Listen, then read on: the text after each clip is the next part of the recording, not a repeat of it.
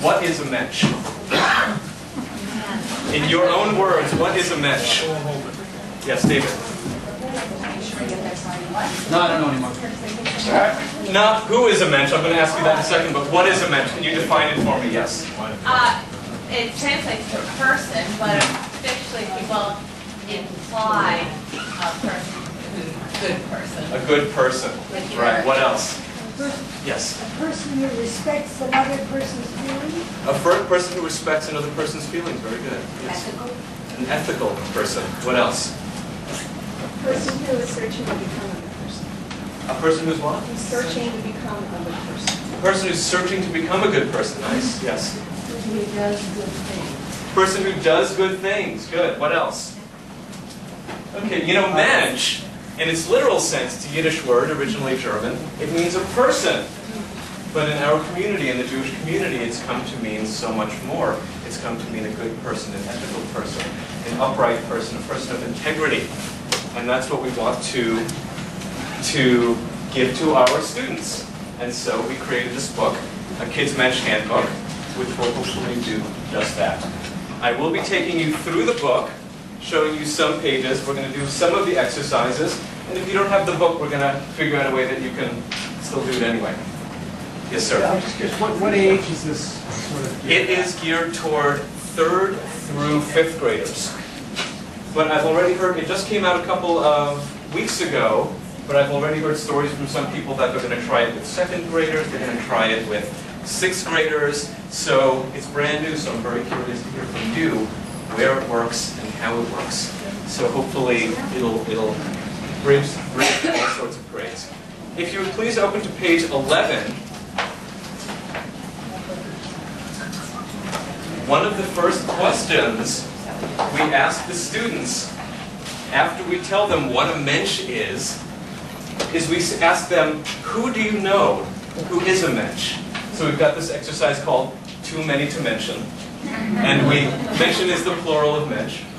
And we say to them, think of 3 people whom you consider to be Menschen.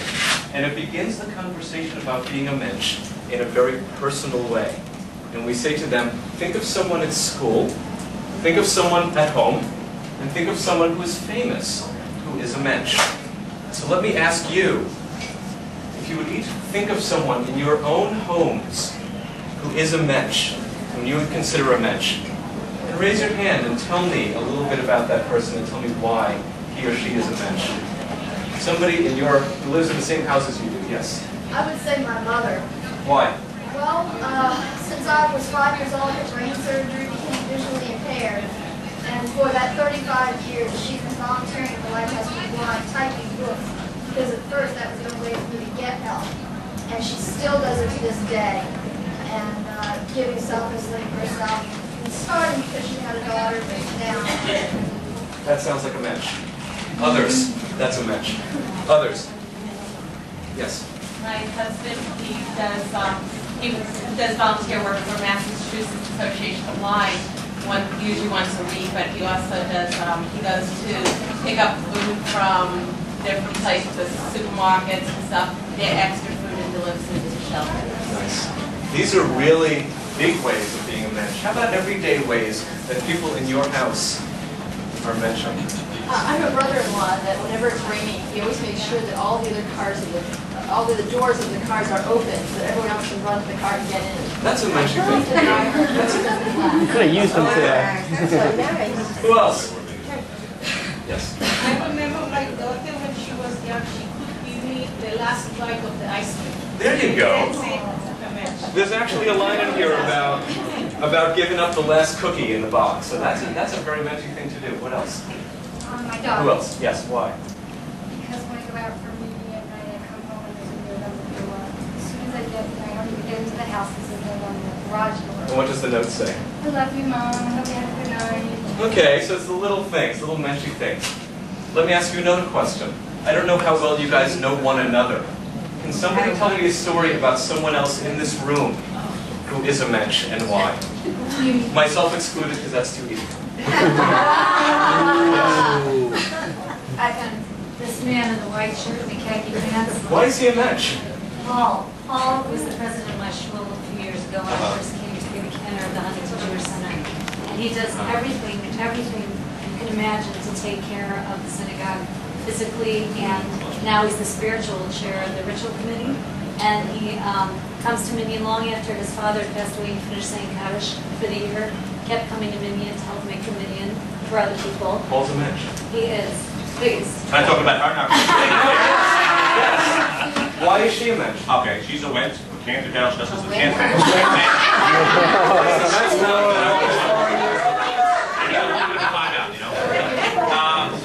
Cantor Carol is just a wonderful person, and when I listen to a few of the specific reasons why some people qualify as Menschlichkeit, I think the Cantor just does all little things. She's just a warm person, a smile for everybody, and when you're around her, she makes you feel good. good. Who else in this room is a Mensch? Because I'm not quite sure. Yes. This woman named Kaya, who I haven't even met yet. Yes. She offered not only to cross the room to share her book with me, but then I said, come here.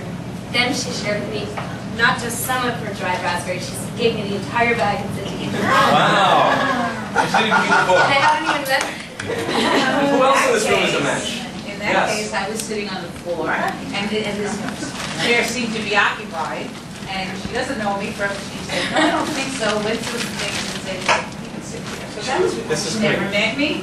She is. Too many to mention. One more. My friend died years ago.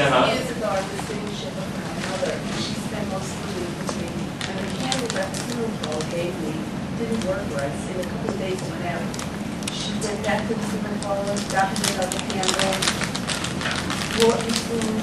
The candle didn't work again, went to do it again. Very nice. What is happening here as we're talking about one another and we're talking about our family members, we're talking about people we know?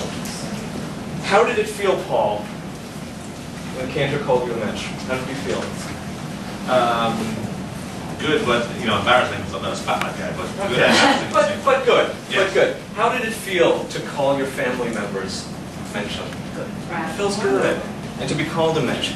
That is the goal. That's the primary goal of a Kids Mensch Handbook.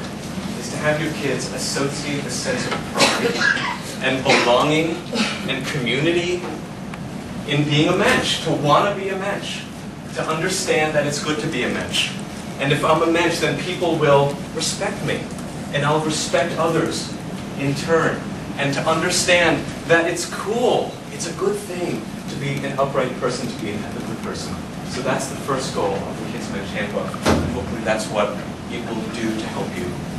Another goal of the Kids Mensch Handbook, there are 5 or 6 that I want to share with you, is to be able to say to kids that you are important.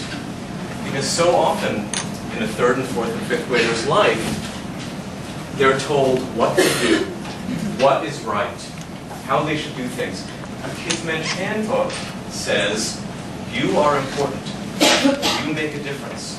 What do you think? There's lots of questions in here that say, what will you do in this specific circumstance? So it empowers students to feel that they can make a difference, that they are mentioned, to see themselves as mentioned, and to recognize mental type in others. Okay.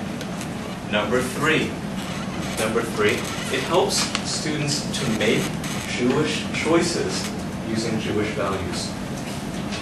If you're on the soccer field and one of your teammates misses a goal, and a couple of other kids are talking badly about that kid, oh, he's so stupid, he's so bad at that, he can't make the goal. Well, how do I respond? What do I do in this circumstance? Well, there's a Jewish answer to that. Okay, Lashon Hara, this idea, the evil tongue, the evil language, the idea that we shouldn't speak badly against one another. There's a Jewish answer to that. What happens if there's a new kid in the class? What do you do? What does Judaism say about a stranger or a new person coming in? There's a Jewish value for that. Okay? Welcome that person. What do you do when somebody doesn't have a seat and you can give them a seat? What do you do if somebody has a book and somebody doesn't have a book and they need a book? You give it up. There are Jewish answers. There are Jewish solutions to life's everyday problems. The Kids Mensch Handbook addresses that.